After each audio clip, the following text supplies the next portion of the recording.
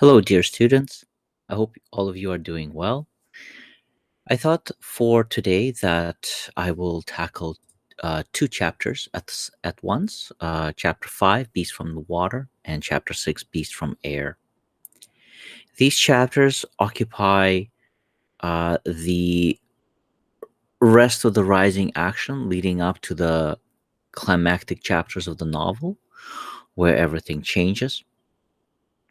And today, instead of talking about some of the different literary theories like I've done in previous couple of videos, I'm going to be focusing instead on a couple of ideas, a couple of key questions at the heart of this novel.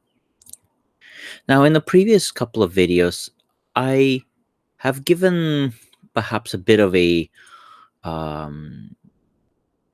short shrift to the novel. I've done some criticism of the novel. Whether you think that criticism is deserved or not is up to you to decide. But I want to actually take a step back from that criticism and use these chapters as an opportunity to talk about why, whatever the faults of the author, whatever the other faults of the book are, why it is a very important novel, why it is rightly considered to be one of the great novels of the 20th century, at least in the English language, English speaking world. These two chapters are ones where there's some events that occur. There's a lot of dialogue. There's a lot of inner thinking. They're not particularly action packed or extremely dramatic chapters compared to others. But I think that it is in these chapters that we get to the heart of why Lord of the Flies continues to endure. Well, these chapters and perhaps a couple more that I'll talk about later. Another reason why I decided to go with two chapters at the same time, other than to save time, of course, is because these chapters are very closely linked together, and indeed one chapter begins very closely on the heels of the other, unlike most other chapters in the novel.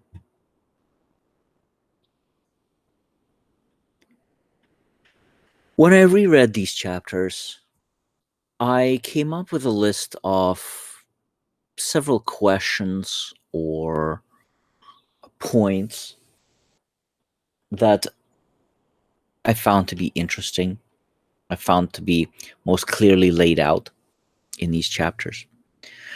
And so these are the points that I will talk about today.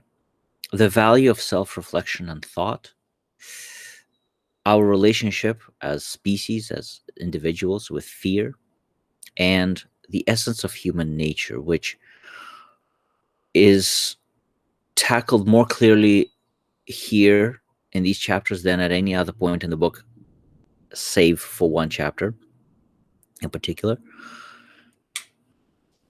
And I think that Golding does something genuinely great in these chapters. Once again, I'm not going to summarize the entire chapter. Chapters. I'm not going to go through one event after another. I'm sure you've all read the chapters and you can find plenty of summaries. Instead, I want to talk about the big concepts that are raised here in the novel. It's interesting that the chapter opens with Ralph's introspection and self-reflection.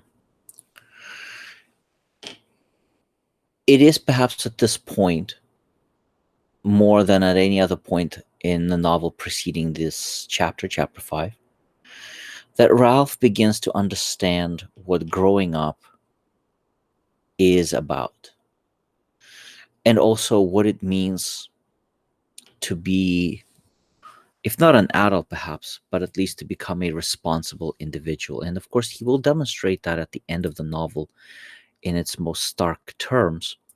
But it is here in chapter 5 that Ralph begins to understand or have an inkling of the idea of how difficult life really can be.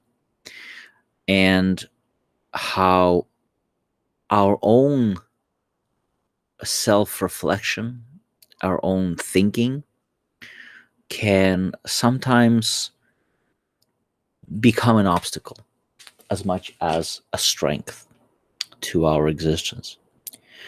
As Golding puts it, he found himself understanding the wearisomeness of this life where every path was an improvisation, and a considerable part of one's waking life was spent watching one's feet.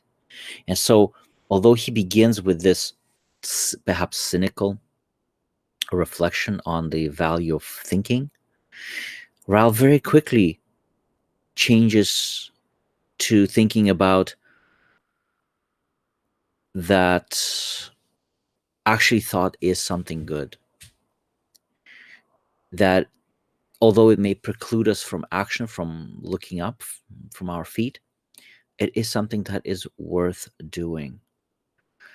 Ralph was a specialist in thought now and could recognize thought in another. The other of which he speaks is, of course, Piggy, where he recognizes that how difficult it is to make a decision. And this is also where these chapters are perhaps at their most political, because here Golding comes to the heart of the dilemma where we understand that democracy is a better way to govern, but it is so occluded by its own introspection and debate and the difficulty of making decisions quickly. As he puts it, the trouble was if you were a chief, you had to think, you had to be wise. And then the occasion slipped by so that you had to grab at a decision. This made you think because thought was a valuable thing that got results. But Ralph decides he can't think, not like Piggy.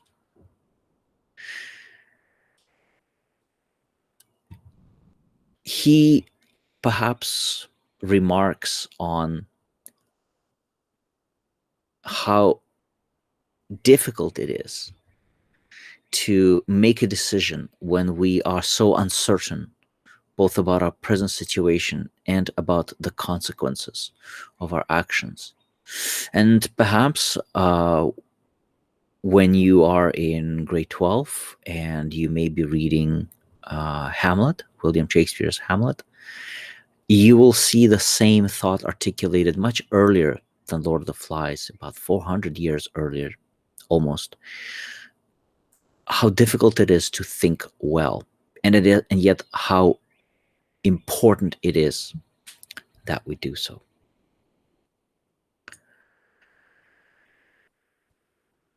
One of the great American presidents of 20th century, Franklin Delano Roosevelt, had a famous quote in one of his most famous speeches in which he said that the only thing we have to fear is fear itself.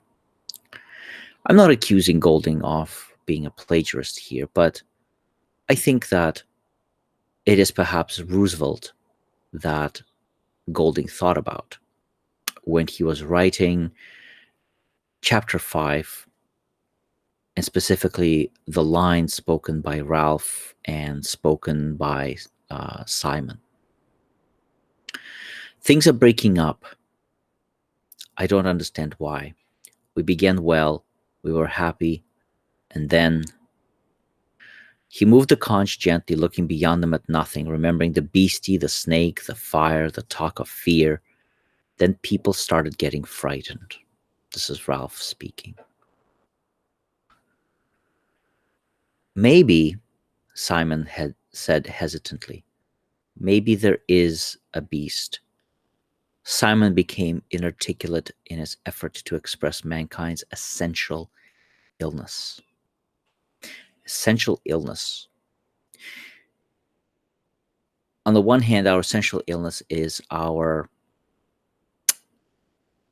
relationship with fear. Fear is something that's very useful. Fear is something that, keeps you alive when there are tigers or lions or hyenas or wolves or whatnot howling out there in the night.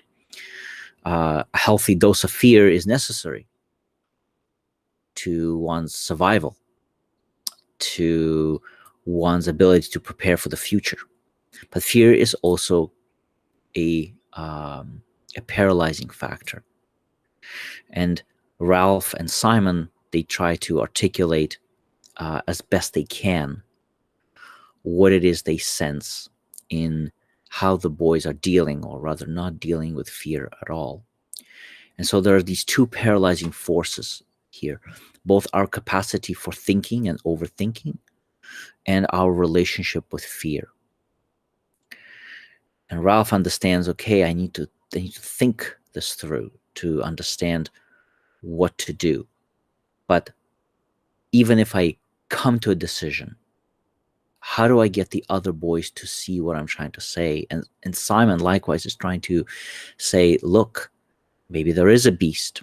Maybe it's us. Maybe it's our own fear and our relationship with fear and how it affects us.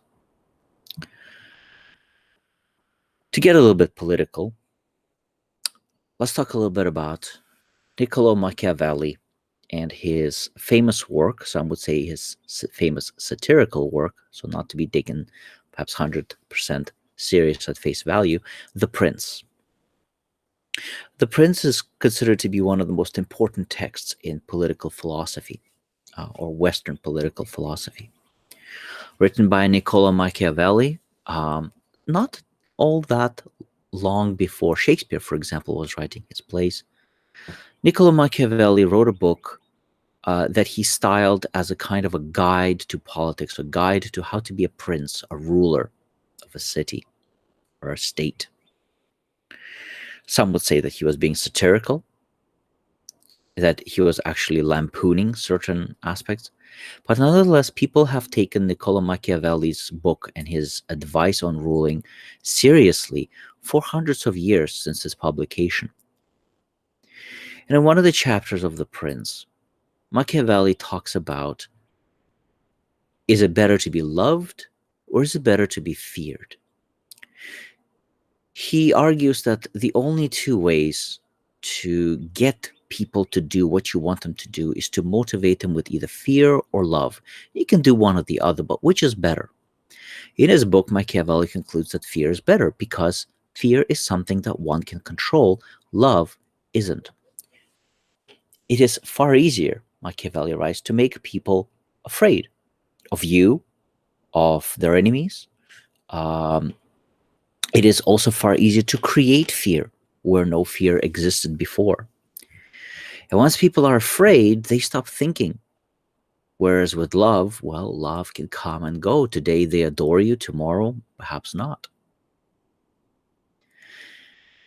And perhaps this is something that Jack recognizes, maybe not exactly in on a conscious level, but we're going to see, of course, later on in the novel how Jack exploits the fear and seizes upon particularly difficult and frightful situations for his own purposes. And we don't really get to know what's going on through Jack's head. So whether he is really this very cunning Machiavellian manipulator, or he's just kind of instinctively falling back upon, the oldest leadership tricks in the book, is not for me to say.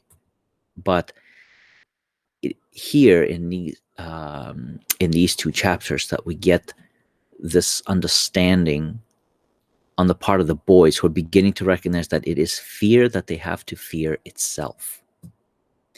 Simon perhaps sees it most clearly at this point, and of course he's going to be the one who sees it completely clearly later on.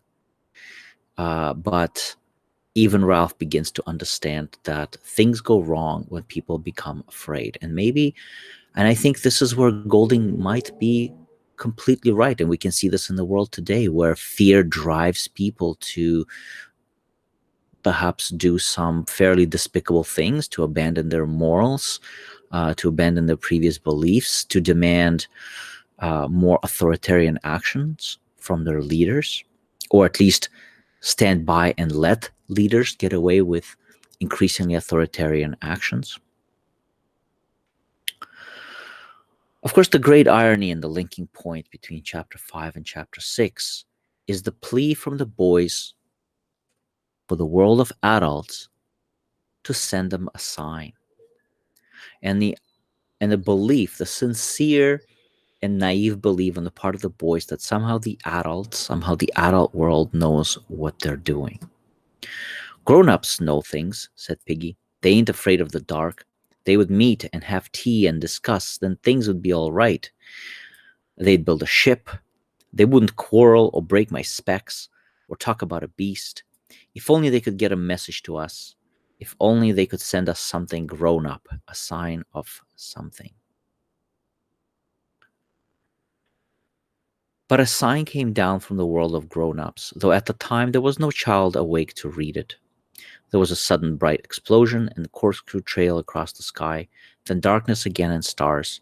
So as the stars moved across the sky, the figure sat on the mountaintop and sank and bowed again.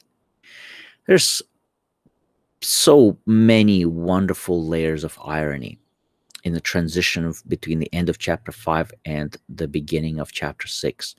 And Golding really shows his mastery here. Okay, his mastery of vivid imagery, of irony, of allegory. The adults don't know what they're doing, of course. The reason why the boys are there in the first place is because the adults are fighting, a third world war. The adults are busy killing each other on a much greater and vaster scale than these boys on the island ever would. They wouldn't break Piggy's specs, no, but they would break and destroy cities, entire countries. They would break the earth itself with nuclear fire.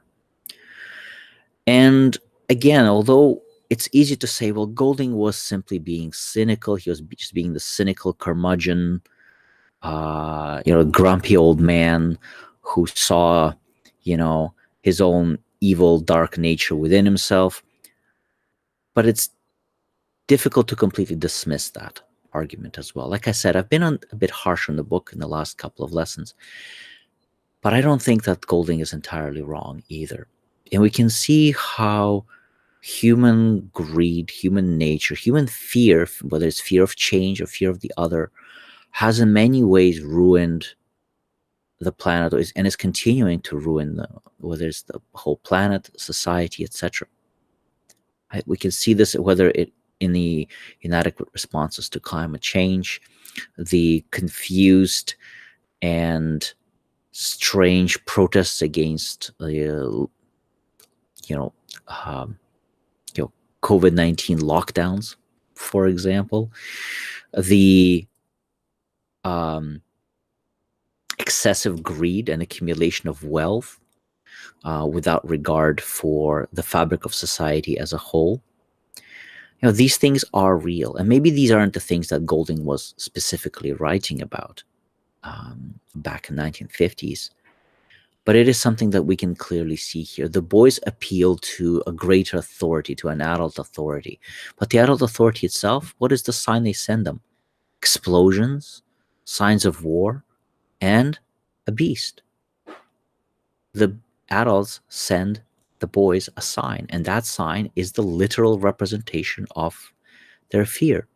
A fighter pilot, a dead fighter pilot whose parachute had tangled up in a tree and is now bowing and sinking and bowing again on the mountaintop, an image of prayer, of a dead man praying, you know? It's a very stark and vivid and brutal image. It's an image that reminds us that the world of adults is also the same world that has given us all sorts of terrible things in our past and in our present, whether it's whether it's legacy of colonialism or fascism and authoritarianism, tyranny and discrimination. This is the world of adults to which the boys appeal to. And this very sign that the boys ask for is going to push the fragile society that the boys had created to its brink, to its breaking point. It is, after all, in chapter 6, after the news of the beast being brought down from the mountaintop by Sam and Eric that the assembly completely degenerates, with Jack shouting, "We don't need the conch anymore. We know who ought to say things. What good did Simon do speaking, or Bill or Walter? It's time some people knew they've got to keep quiet and leave deciding things to the rest of us," which is almost verbatim a quote from Benito Mussolini, who was the fascist dictator of Italy, right, and the leader of the Italian fascist party. Jack understands, he seizes on that moment of extreme and stark fear. He takes advantage of it. Now, we can see here clearly that Jack is also afraid. It's not that Jack completely doesn't believe that the beast isn't real. He's now beginning to think the beast is very much real. So I'm not saying that Jack is manipulating the boys into believing that the beast is real. Remember, Jack himself was very firmly with Ralph on the side of there is no beast in the beginning of the novel. But now that there are signs and confirmations that maybe there is a beast, Jack does not shy away from using that to his advantage. Now, I've said that there is quite a lot of um, cynicism on Golding's part when he was writing Lord of the Flies. But I don't think his view of the human nature is perhaps quite as bleak and negative as I've perhaps previously made it out to be. And I think a much more nuanced understanding of Golding's view of human nature is the duality of man.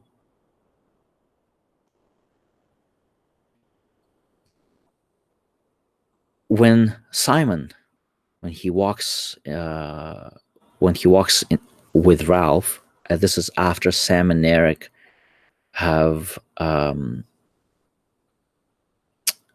brought back the news of the beast, the dead parachutist on the mountaintop. Simon felt a flicker of incredulity. A beast with claws that scratched, that sat on a mountaintop, that left no tracks, and yet was not fast enough to catch Sam and Eric.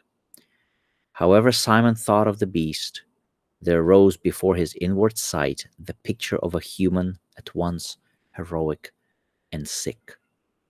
And this idea of the duality of man, it is incredibly prevalent in human culture. Stories, myths passed down in many different cultures, not just Western ones, make the point of the dual nature of humankind. Whether it is the evil brother and the good brother of the Bible, Cain and Abel, or two brothers who fight for dominion in one of one of the First Nations stories. There's so much religious allegory and also philosophy in this passage, and this idea that people are at once heroic and sick. Going back to an earlier quote in chapter 5, where Simon is inarticulate in his efforts to express mankind's essential illness. We'll talk later about the various religious allegory in Lord of the Flies, because it abounds with religious imagery and allegory. But it's interesting to note that it is here in chapter 6 that we really come face to face with the question of just how much each of us is capable of in the right or wrong circumstances. Is humankind essentially sick? in some way. Golding seemed to think so. And although I'm not saying he was right or wrong, either way, I would leave that for you to decide. Here, he presents a more nuanced view of that perhaps he than perhaps is often attributed to him. There's a tendency to see Golding as a very cynical, curmudgeon-y, grumpy old man.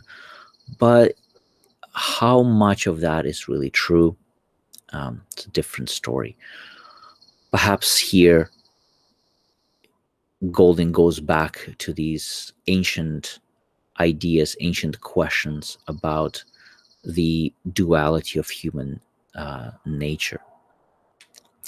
Anyway, that's enough of my ramblings for now. Thank you very much for joining me, in talking and thinking about Lord of the Flies. I will see you all next week. I hope you have a wonderful week. Bye bye.